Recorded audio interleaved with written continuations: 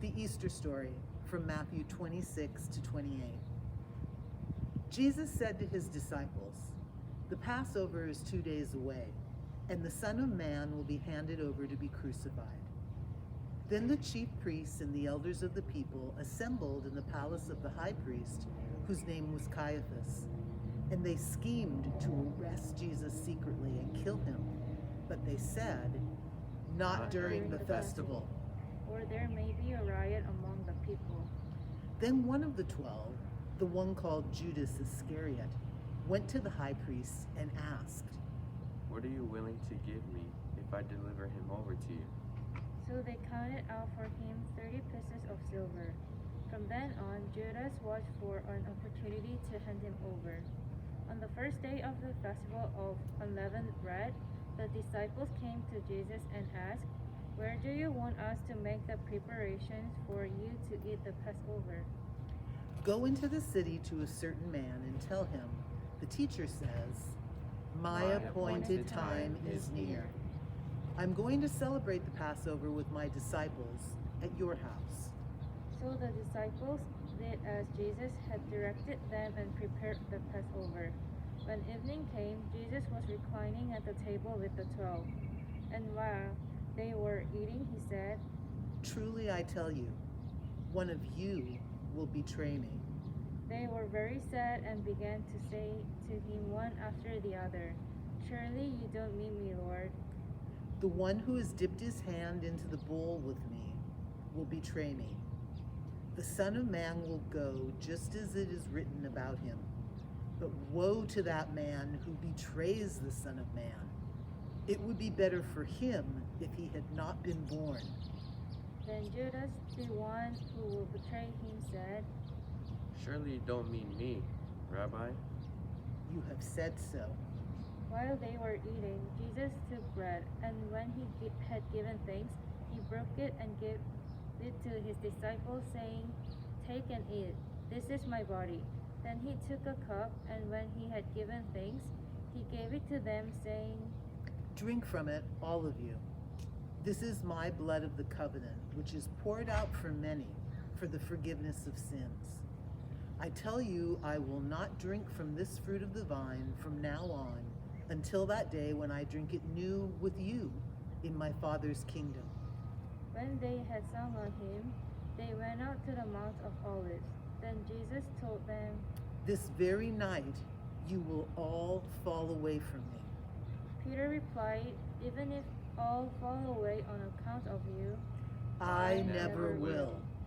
Truly I tell you, this very night, before the rooster crows, you will disown me 3 times. even if I have to die with you, I will never disown you." And all of the other disciples said the same. Then Jesus went with his disciples to a place called Gethsemane. He took Peter and the 2 sons of Zebedee along with him, and he began to be sorrowful and troubled. My soul is overwhelmed with sorrow to the point of death. Stay here and keep watch with me." Going a little further, he fell with his face to the ground and prayed, "My Father, if it is possible, may this cup be taken from me, yet not as I will, but as you will." Then he returned to his disciples and found them sleeping. "Watch and pray so that you will not fall into temptation. The spirit is willing, but the flesh is weak." He went away a second time and prayed, "My Father, if it is not possible for this cup to be taken away unless I drink it, may your will be done." When he came back, he again found them sleeping, because their eyes were heavy. So he left them and went away once more and prayed the 3rd time, saying the same thing. Then he returned to the disciples and said to them, "Are you still sleeping and resting? Look, the hour has come, and the Son of Man is delivered into the hands of sinners. Rise, let us go. Here comes my betrayer." While he was still speaking, Judas, one of the 12, arrived. With him was a large crowd armed with swords and clubs, sent from the chief priests and elders of the people. Now the betrayer had arranged a signal with him. The one I kiss is the man. Arrest him. Going at once to Jesus, Judas said, Greetings, Rabbi, and kissed him. Do what you came for, friend. Then the men stepped forward, seized Jesus, and arrested him. With that, one of Jesus' companions reached for his sword, drew it out, and struck the servant of the high priest, cutting off his ear. Put your sword back in its place, Jesus said to him. For all who draw the sword will die by the sword. Do you think I cannot call on my Father, and he will at once put at my disposal more than 12 legions of angels? But how then would the scriptures be fulfilled that say it must happen in this way? Am I leading a rebellion that you have come out with swords and clubs to capture me? Every day I sat in the temple courts teaching, and you did not arrest me. But this has all taken place that the writings of the prophets might be fulfilled. Then all the disciples deserted him and fled. Those who had arrested Jesus took him to Caiaphas, the high priest, where the teachers of the law and the elders had assembled. But Peter followed him at a distance, right up to the courtyard of the high priest. He entered and sat down with the guards to see the outcome. The chief priests and the whole Sanhedrin were looking for false evidence against Jesus so that they could put him to death, but they did not find any, though many false witnesses came forward. Finally, two came forward and declared, This fellow said, I am able to destroy the temple of God and rebuild it in 3 days. Then the high priest stood up and said to Jesus, Are you not going to answer? What is this testimony that these men are bringing against you? But Jesus remained silent. The high priest said to him, I charge you under oath by the living God. Tell us if you are the Messiah, the Son of God. You have said so.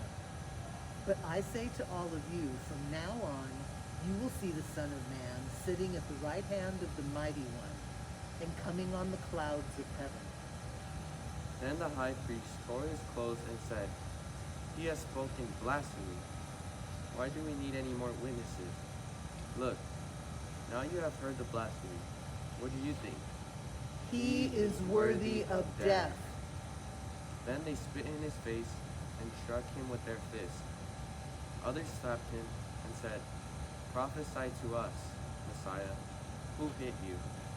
Now Peter was sitting out in the courtyard, and a servant girl came to him.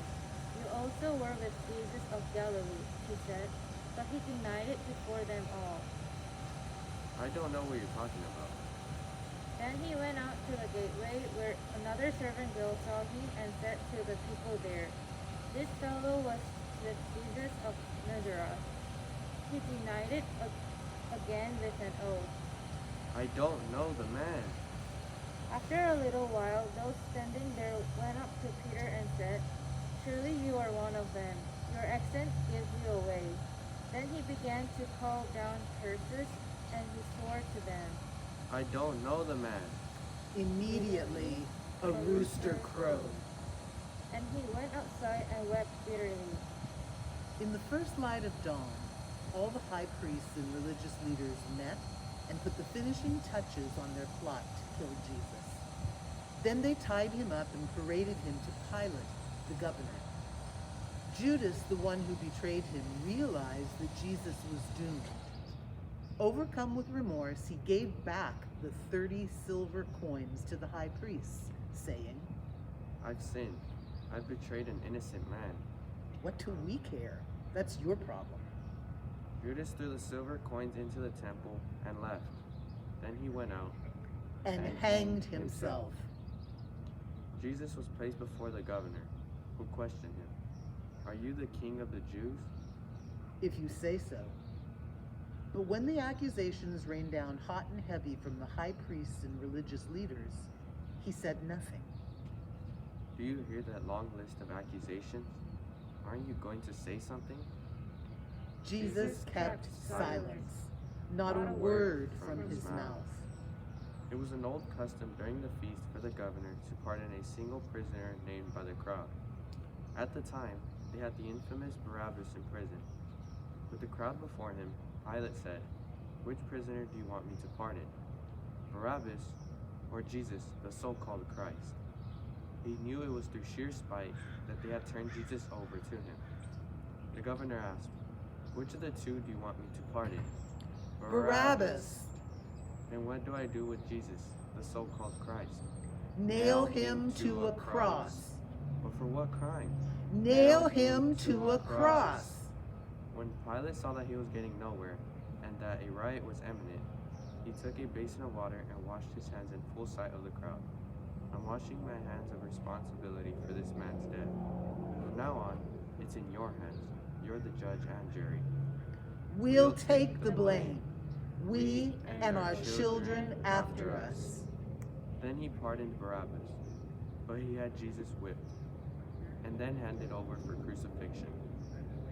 The soldiers assigned to the governor took Jesus into the governor's palace and got the entire brigade together for some fun.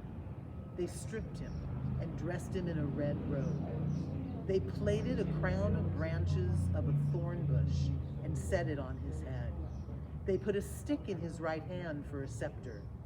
Then they knelt before him in mocking reverence. "Bravo, King of the Jews! Bravo!" Then they spit on him and hit him on the head with a stick. Then they proceeded out to the crucifixion. Along the way, they came on a man from Cyrene named Simon and made him carry Jesus' cross. Arriving at Golgotha, the place they call Skull Hill, they offered him a mild painkiller, a mixture of wine and myrrh. But when he tasted it, he wouldn't drink it. After they had finished nailing him to the cross and were waiting for him to die, they killed time by throwing dice for his clothes. Above his head, they had posted the criminal charge against him. Jesus, the King of the Jews. Along with him, they also crucified two criminals, one to his right, the other to his left. People passing along the road jeered, shaking their heads in mock lament. "You bragged that you could tear down the temple and then rebuild it in 3 days. So show us your stuff. Save yourself. If you're really God's son, come down from that cross." The high priest, along with the religion scholars and leaders, were right there poking fun at him. "He saved others. He can't save himself. King of Israel, is he? Then let him get down from that cross. We'll all become believers then." He was so sure of God. Well, let him rescue his son now, if he wants him. He did claim to be God's son, didn't he? From noon to 3, the whole earth was dark. Around mid-afternoon, Jesus groaned out of the depths, crying loudly. My God, why have you abandoned me?" Some bystanders who heard him said, "He's calling for Elijah." Others joked, "Let's see if Elijah comes and saves him." But Jesus again cried out loudly and breathed his last. At that moment, the temple curtain was ripped in two, top to bottom. There was an earthquake, and rocks were split in pieces. What's more, tombs were opened up, and many bodies of believers asleep in their graves were raised. The captain of the guard and those with him, when they saw the earthquake and everything else that was happening, were scared to death. They said, This has to be the Son of God. Late in the afternoon, a wealthy man from Arimathea, a disciple of Jesus, arrived. His name was Joseph. He went to Pilate and asked for Jesus' body. Pilate granted his request. Joseph took the body and wrapped it in clean linen, put it in his own tomb, a new tomb only recently cut into the rock, and rolled a large stone across the entrance. After sundown, the high priests and Pharisees arranged a meeting with Pilate. They said, "Sir, we just remembered that liar announced while he was still alive, 'After 3 days, I will be raised.' We've got to get that tomb sealed until the 3rd day. There's a good chance his disciples will come and steal the corpse and then go around saying he's risen from the dead. Then we'll be worse off than ever before, the final deceit surpassing the first. Pilate told them, You will have a guard. Go ahead and secure it the best you can. so they went out and secured the tomb, sealing the stone and posting guards. After the Sabbath, as the first light of the new week dawned, Mary Magdalene and the other Mary came to keep vigil at the tomb. Suddenly the earth thrilled and rocked under their feet as God's angel came down from heaven. He came right up to where they were standing. He rolled back at the stone and then sat on it. Shafts of lightning blazed from him. His garment shimmered snow white. The guards at the tomb were scared to death. They were so frightened. They couldn't move. The angel spoke to the woman. There is nothing to fear here. I know you're looking for Jesus, the one they nailed to the cross. He is not here. He was raised, just as he said. Come and look at the place where he was placed. Now, get on your way quickly and tell his disciples, he is risen from the dead.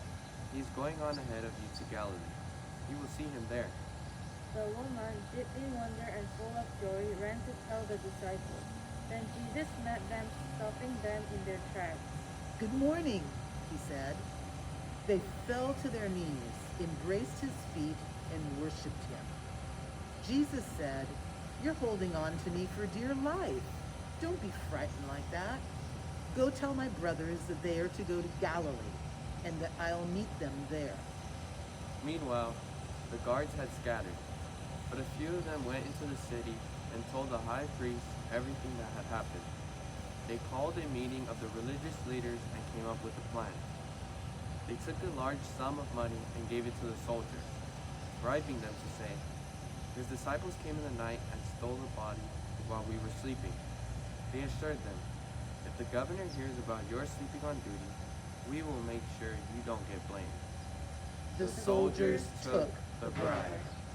And they did as they were told. Meanwhile, the 11 disciples were on their way to Galilee, headed for the mountain Jesus had set for their reunion. The moment they saw him, they fell down and worshipped him. Jesus gave them this charge. Go out and train everyone you meet, far and near, in this way of life, marking them by baptism in the name of the Father, Son, and Holy Spirit. Then instruct them in the practice of all I have commanded you. I'll be with you as you do this, day after day after day, right up to the end of the age.